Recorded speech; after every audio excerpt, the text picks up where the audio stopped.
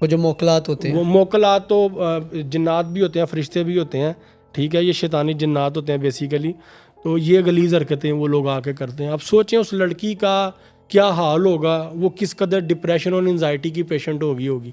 अब ये मेडिकल बीमारी नहीं है, ठीक है, इसको आप मेडिकल बीमारी नहीं कह सकते कि एक लड़की सोई है, उसको फील हो रहा है मेरे साथ कोई इंटरकोर्स कर रहा है, तो ये कोई मेडिकल बीमारी तो नहीं ना हो सकती। अच्छा, ये काफ़ी सुनने में भी आता है कि लड़की के ऊपर जिन आशिक हो गया।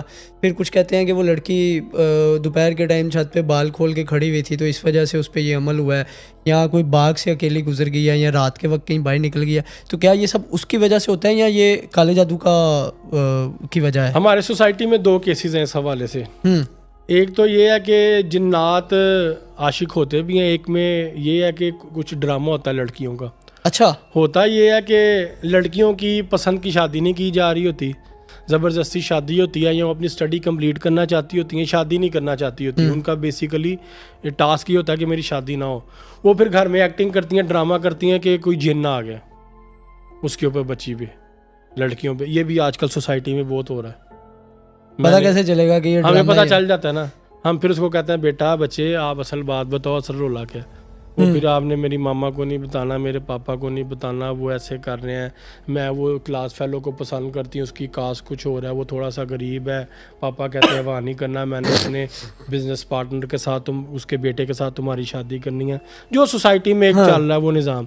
तो बस ये इसके लिए भी कुछ लड़कियाँ ये ड्रामा करती हैं, ठीक है। लेकिन कुछ केसेस में ऐसा भी होता है कि वाकईतन जिन्न आशिक होता है। और वो क्या वजह होती है जिसकी वजह से आशिक? मेरे पास एक केस आया, मैं आपको उसकी एग्जांपल देता हूँ। वो मेरी वाइफ की दोस्त थी। अब वो क्या करती थी कि वो शाम के वक्त ना उनके घर में हवेली में ना एक दरख्त था, तो उसके साथ वो जो पींग झूला नहीं होता वो लगा था, वो बैठ के लेती थी। वहाँ से कोई एंटिटी जो है ना उसके साथ अटैच हो गई थी। अब नहा के जाना, बाल खुले, खुशबू लगा के जाना, और दरख्त पे बैठ के आप झूला ले रहे हो। अब दरख्त जो है वो जिन्नात का घर है, उनकी रिहाइश गाह है, ठीक है, उनका होम है वो। तो वहाँ पे जब जाके आप ऐसी एक्टिविटी करोगे तो किसी ना किसी ने तो आपसे अट्रैक्ट होना है, ठीक है। और फिर लड़कियों के साथ ज़्यादा अट्रैक्ट होने की वजह यह है उनके बाल औरत की खूबसूरती का एक बहुत बड़ा एलिमेंट है, ठीक है। जिन्नात इससे बहुत ज़्यादा अट्रैक्ट होता है। दूसरा खुशबू से जिन्नात आशिक होते हैं। वो फिर कहते हैं कि मैंने इसकी शादी नहीं होने देनी किसी और से, ये मेरी रहेगी सारी ज़िंदगी के लिए। वो फिर उसके साथ फिज़िकल जो है ना वो एक्टिविटी स्टार्ट हो जाती है। फिर कुछ जिन्नात बच्चे भी पैदा करते हैं और लड़कियों से, औरतों से। ये मतलब एक ह्यूमन बीइंग जिनका बच्चा पैदा करती है। सर ये आपको जैसे हंसी आई है ना, ये लोग हंसते हैं इस बात पे, और ये बड़ी शॉकिंग है।